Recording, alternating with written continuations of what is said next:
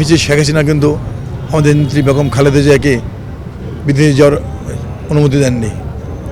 তো বাংলাদেশের মানুষের দোয়ায় কিন্তু বেগম খালেদা জিয়া বেঁচে আছেন। আমরা মনে করি আজকে তিনি অসুস্থ হাসপাতালে আছেন। আমরা মনে করি বাংলাদেশের মানুষ, প্রতিটি মানুষ কিন্তু দোয়া করছে আজকে বেগম খালেদা জিয়ার জন্য। মসজিদে, মাদ্রাসায়, এমনকি বিভিন্ন ধর্মের উপাসনালয়েও কিন্তু দোয়া হচ্ছে। আমাদের নেত্রী বেগম খালেদা জিয়া তো অসুস্থ। আমরা সবাই সব প্রোগ্রাম বন্ধ করে আমরা বিভিন্নভাবে আমাদের নেত্রীর জন্য আমরা দোয়া করেছি। শুধু আমরা নয়, বাংলাদেশের এমন কোনো মসজিদ নেই গত শুক্রবার আমাদের নেত্রী বেগম খালেদা জিয়ার জন্য দোয়া করেনি।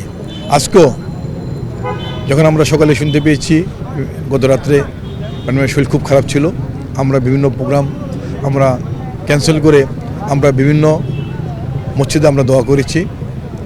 আমরা মনে করি যে আল্লাহ পাক বাংলাদেশের হাঁটুকুশি মানুষ আজকে বেগম খালেদার জন্য দোয়া করছেন।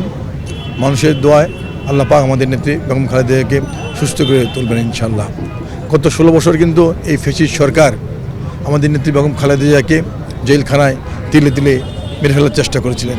আপনারা জানেন, বাংলাদেশের চিকিৎসকরা কিন্তু বলেছিলেন বেগম খালেদা জিয়ার বাংলাদেশে আর কোনো চিকিৎসা নেই, তাকে উন্নত চিকিৎসার জন্য বিদেশে নিতে হবে। ফ্যাসিস্ট শেখ হাসিনা কিন্তু আমাদের নেত্রী বেগম খালেদা জিয়াকে বিদেশে যাওয়ার অনুমতি দেননি। তো বাংলাদেশের মানুষের দোয়ায় কিন্তু বেগম খালেদা জিয়া বেঁচে আছেন। আমরা মনে করি আজকে তিনি অসুস্থ হাসপাতালে আছেন। আমরা মনে করি বাংলাদেশের মানুষ, প্রতিটি মানুষ কিন্তু দোয়া করছে আজকে বেগম খালেদা জিয়ার জন্য। মসজিদে, মাদ্রাসায়, এমনকি বিভিন্ন ধর্মের উপাসনালয়েও কিন্তু দোয়া হচ্ছে। তো আমি মনে করি আল্লাহর রহমতে আমাদের নেত্রী বেগম খালেদা জিয়া ইনশাল্লাহ সুস্থ হয়ে আমাদের মাঝে আবার ফিরে আসবেন। বিশেষজ্ঞ ডাক্তাররা মিটিং করছেন, এ ব্যাপারে তারা ব্রিফ করবেন।